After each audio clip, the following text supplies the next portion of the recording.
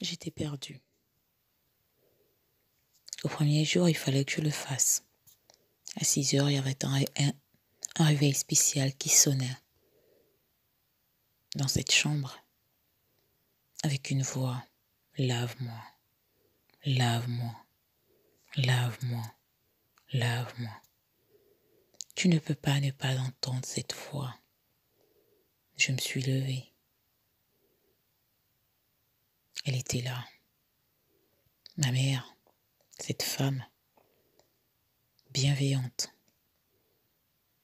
Et a commencé à m'aider, à m'expliquer le rituel, à me montrer ce qu'il fallait que je fasse, comment il fallait que je le fasse. Elle m'a aidé pendant une semaine à le faire. Je le faisais en larmes. Ne pleure pas, me dit-elle. T'es mariée maintenant. Tu voulais un mari? Ben tu l'as eu. Tu voulais évincer une femme pour l'avoir? Ben tu as tout ce que tu veux. Au fait, me dit-elle, si tu veux continuer à travailler, tu peux. Mais souris et sois belle. Il faut que tu brilles dehors. Et ne t'inquiète pas. De temps en temps, tu peux mouiller tes mains et essuyer ton visage avec cette eau. Tu auras toutes les promotions que tu veux. Tu seras aussi prospère que ton époux. Parce que lui, tout ce qu'il touche devient des diamants, devient du nickel, devient de pierres précieuses. Tu as tout ce que tu voulais. Tu voulais un mari. Tu savais qu'il était marié. Tu t'en foutais de sa femme, de ce qu'elle pouvait endurer.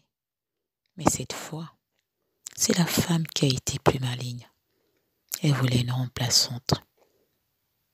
Cette épreuve est dure. Et j'ai dû le vivre pendant 30 ans. Donc imagine. Je vais t'escorter, lui dit-elle, pendant un mois. Et après, tu devrais le faire seul. Je suis fatiguée, j'ai mal au dos. C'est pour ça que je t'ai fait venir. C'est pour ça que je t'ai choisi. Et je ne sais pas qui était cette femme. Mais je pense que tous les deux, c'étaient des psychopathes. Ce sont des psychopathes. Aujourd'hui, je ne sais plus où j'en suis. Elle m'a toujours dit, personne ne te croira. Tu peux le raconter à qui tu veux.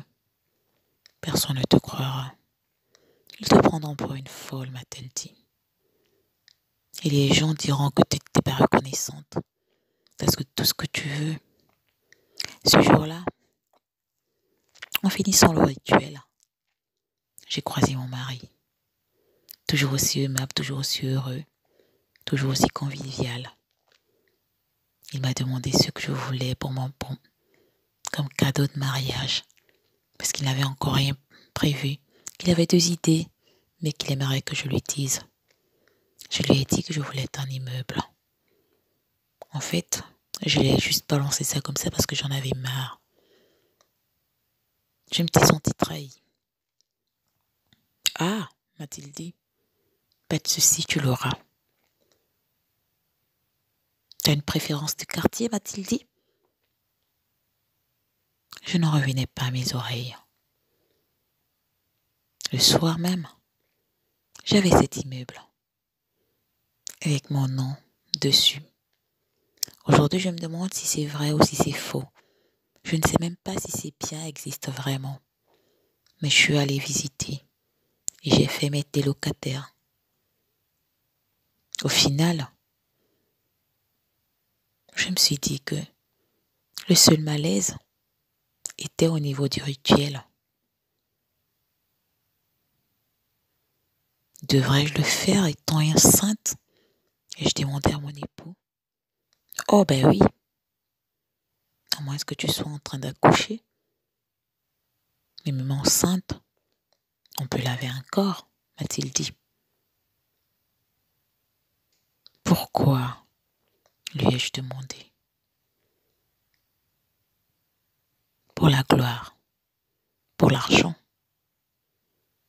pour être bien vu des autres, pour la prospérité, pour tout ce que tu veux, mais surtout pour l'argent. Lorsque mon père était en vie, lorsque j'ai grandi avec lui, nous avons été pauvres. Alors mon père, en mourant, il a fait ce rituel-là. Il a dit que la personne qui accepterait de le garder ne connaîtra jamais la famine. Mais ceux qui ne voudront pas resteront dans la pauvreté. Aucun de mes frères, aucune de mes sœurs n'a accepté ce rituel. Moi, je l'ai accepté. Moi, j'ai accepté de le faire, de le garder en vie. Ou dans cet état, est-il en vie, l'ai-je demandé. Oh non, il est mort il y a plus de 35 ans maintenant. Mais c'était un rituel qu'il avait demandé qu'on fasse. Pendant combien de temps lui ai-je dit? Je ne sais pas, m'a-t-il dit. Mais quand j'ai fait ce rituel, j'étais juste. Je n'étais pas encore mariée avec ma femme. Et je l'ai épousée 2 mois après pour commencer le rituel. Elle a tout accepté. Oh oui, elle a tout accepté. Lorsqu'il m'a parlé du rituel, je lui en ai parlé, nous étions fiancés. Et elle m'a soutenue dans ma décision. Mais pourquoi ne m'as-tu pas parlé à moi? J'aurais peut-être pu accepter. Si je t'avais parlé, tu aurais pris tes jambes dans ton cou. Mais ma femme voulait que ce soit toi. Elle t'a choisi. Je ne sais pas pourquoi, mais elle t'a choisi toi. Je voyais d'autres filles. Elle n'en voulait pas.